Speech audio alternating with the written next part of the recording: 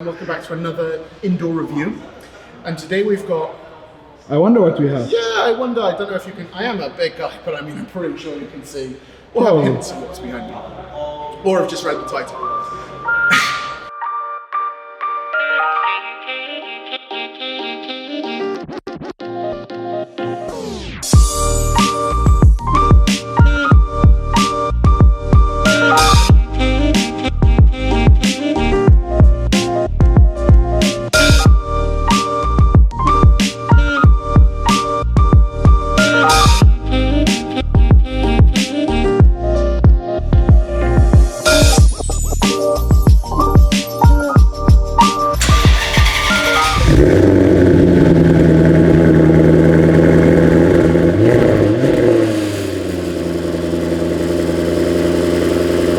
So this is actually a personal favourite car of mine, and I actually did try to buy one a few years back. Now, the one that I tested wasn't really good enough. I got one, I got a Maserati, but it's like... Different. With extra doors. With extra doors. Yeah, that's besides it. Anyway, we'll come to that. So this is a 2015, the sort of second facelift of the GranTurismo. Now this is the sports variant. The car itself was launched in 2007, and it had its first of 3 facelifts in 2012. They discontinued the GranTurismo S in 2012 in favour for this, the GranTurismo Sport. And they just did some facelifts here and there for the other GranTurismo models. Okay. Now, the GranTurismo, this model, is the Sport, so it's got the 4.7 litre engine and produces 460 brake horsepower. V8? Now, V8? it is a V8, and it is a front mid engine V8. Now, believe it or not, the first variant had a 4.2, and it's the same engine that was produced in by the help of Ferrari, between Ferrari and Maserati, who designed the engine. Now that engine's actually in the Alfa Romeo 8C. It's a little tidbit for you there. This one is a proper good example. 0 to 100? 0 to 100? Yeah, it does that. It's around 4.5 seconds. Okay. So this isn't designed to be the fastest car. This is a GranTurismo. This car will get you there effortlessly and comfortably, all whilst looking so good. Now, with the minor update, you have new front fascia. The grille is exactly the same. You have these looking head vents. The headlights were changed ever so slightly. You have to really look. There are fins in them. There are fins in them. It's more blacked out, but it has helped. The side of the car is exactly the same. The rear of the car is exactly the same, except for the tail lights. But it's on the interior. You can tell. It's got the updated seats with the same ones as actually in the F12. Oh, this one. Just differently upholstered. I did not know that. It has an updated gearbox system, because obviously this car was based off the Maserati Quattroporte 4th edition. The thing is with this car, not only does it look good, it sounds as good. And I'm sure you've heard it from the sound clip at the beginning, Ahmed. It does sound good. This car, finished in this pearlescent white, great white, right? Yeah. And a really nice red interior. So I tell you what, we'll head to the side of the car. We'll point out another couple of tidbits about it. On the side of the car, you've got these wheels, which are there, finished in a sort of like dark and platinum look. You've got the classic Maserati side air vents. That's the one. Thank you. Now this car is actually offered with carbon. Actually, it comes as standard with the Sport. With the what? These are carbon, but they paid to have them painted.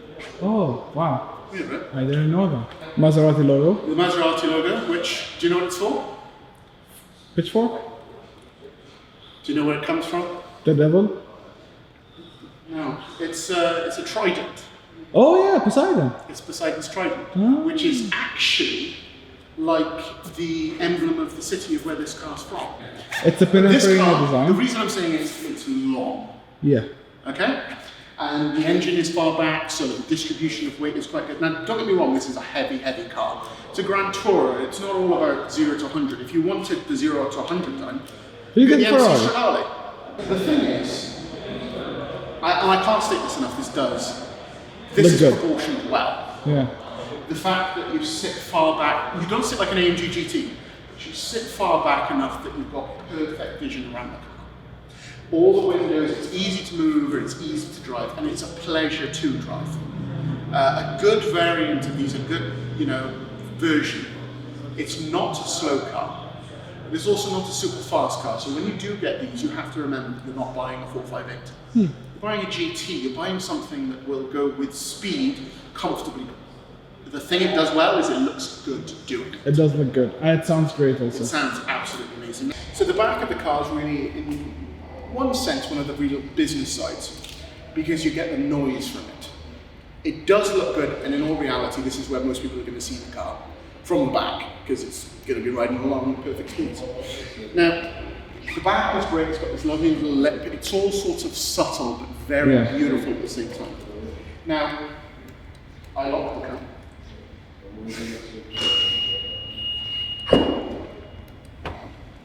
It's a heavy. It's a heavy boot. It's a heavy boot. That's not what I was expecting. Now, it's got a big boot.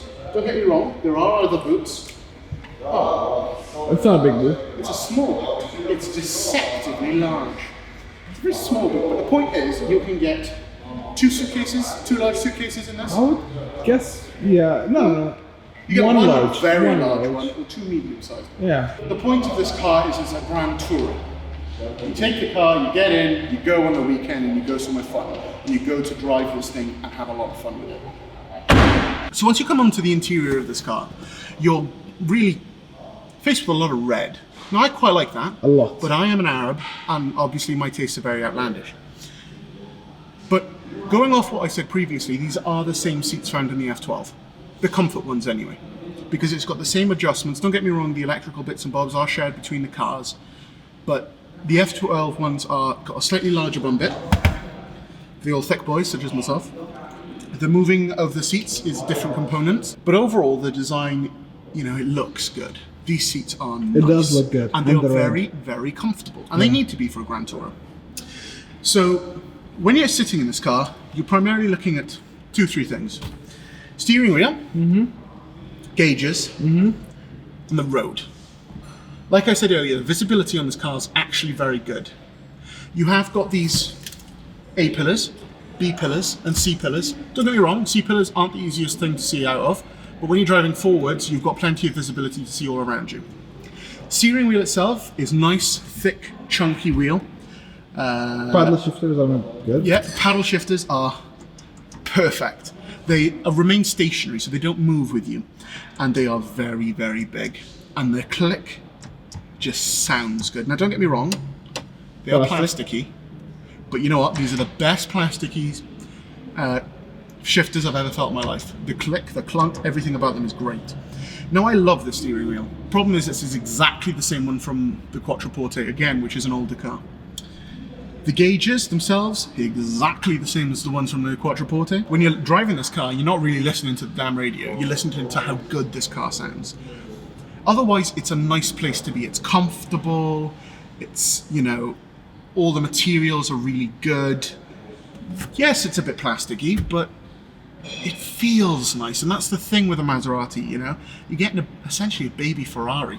And I really do like this car. It's got the good gearbox, it's got all of the extra electronics. I like it. There's not much more needed. It's a fun car to have, and the prices of these have dropped. Okay, poor for the original buyers, but great for people like me. The point that these are quite accessible and easy to have and easy to drive. And, they're not overwhelmed with copious amounts of power. But 460 brake horsepower is nothing to, It's not bad. 460 horsepower, that's more than what I have in my car. Right, and I think on that Note. I was going to say bombshell. Note. We have to end the episode. Yes, because... Don't forget to like, comment, subscribe, and turn on the notification bell. What do you think of this car? Honestly, I really like... No, not you. People watching. I'm not going to show what you think. Don't forget to like, comment, subscribe, and thanks turn for on watching the video. Notification bell. And we'd like to thank Elegant Cars as always for their hospitality. Wonderfully hosting us. And until next time, I guess, guys.